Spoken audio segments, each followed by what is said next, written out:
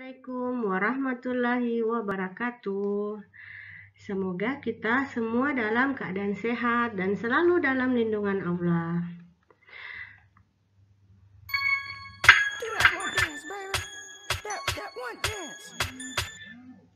Jangan lupa subscribe agar kalian mengetahui perkembangan channel ini, dan kalau kalian ingin mengetahui materi apa saja yang diupload, silahkan di subscribe yang banyak ya. Terima kasih. Ayo kita belajar. Hari ini kita belajar tentang pewarisan sifat pada makhluk hidup. Oke, pernahkah kalian memperhatikan teman-teman di dekatmu?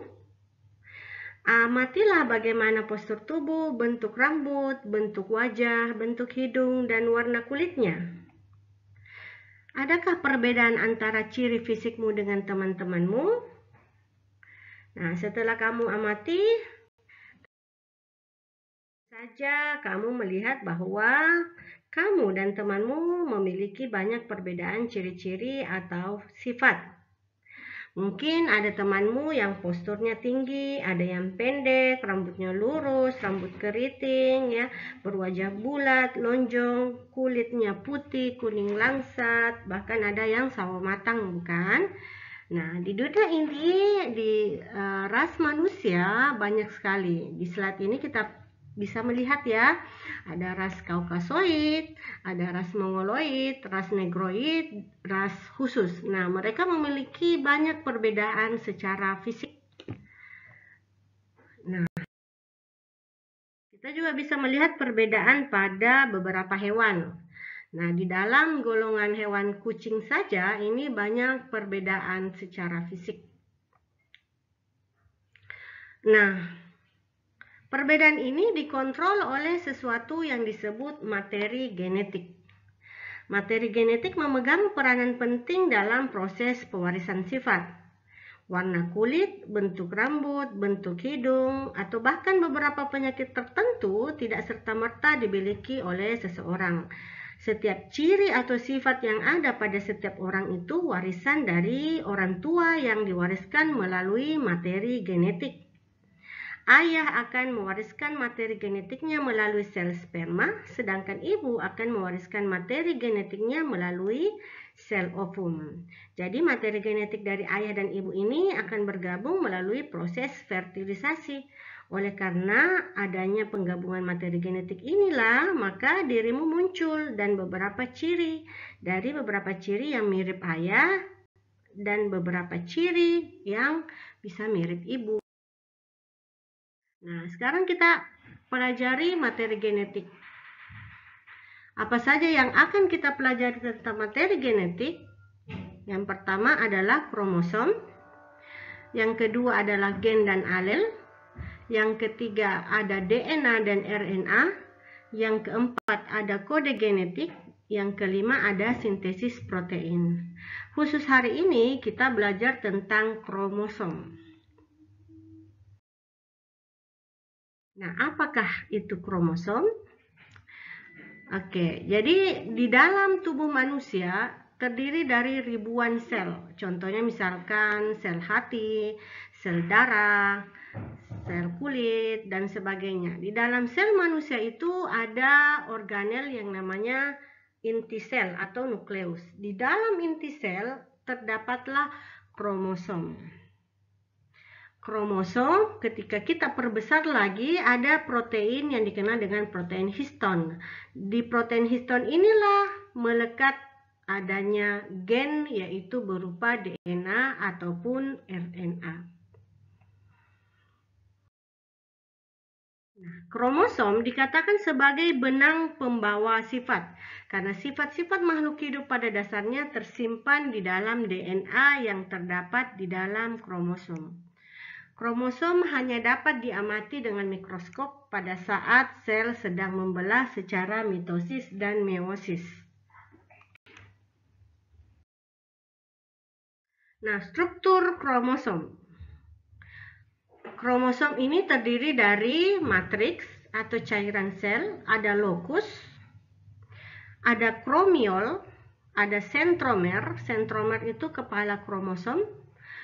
Ada kromonema, butiran. Ada lengan kromosom, dan yang paling ujung ada satelit. Nah, berdasarkan sentromernya, kromosom itu dibedakan jadi 4 jenis. Ada metasentrik ketika sentromernya terletak di tengah-tengah lengan. Ada submetasentrik ketika membagi lengan tidak sama panjang. Akrosentrik ketika sentromernya dekat dengan ujung salah satu lengan. Lalu ada telosentrik ketika sentromernya terletak di ujung. Nah, fungsi kromosom. Apa sih fungsi kromosom? Fungsinya bisa dibagi menjadi 2, yaitu kromosom tubuh, yaitu kromosom yang berfungsi mengendalikan sifat-sifat tubuh.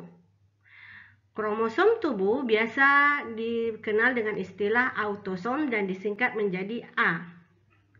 Lalu kromosom seks atau genosom ialah kromosom yang menentukan jenis kelamin, apakah kelaminnya laki-laki ataukah jenis kelaminnya perempuan. Itu dikendalikan oleh kromosom seks atau gonosom.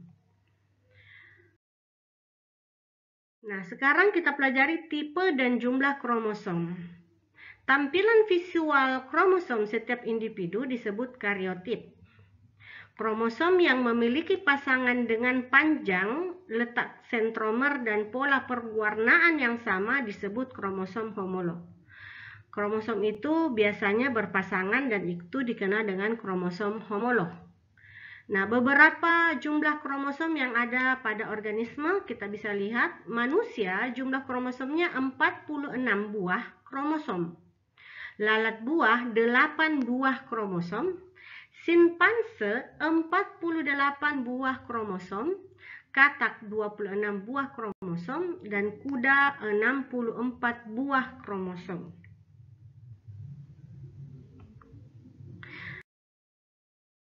Manusia dikatakan tadi memiliki 46 buah kromosom. Ini bisa kita singkat menjadi 22 pasang kromosom tubuh dan 1 pasang kromosom kelamin.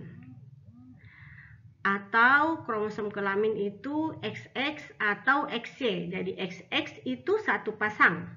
Jadi semuanya adalah 23 pasang kromosom atau 46 buah kromosom. Dan ketika kita singkat bisa seperti di bawah ini.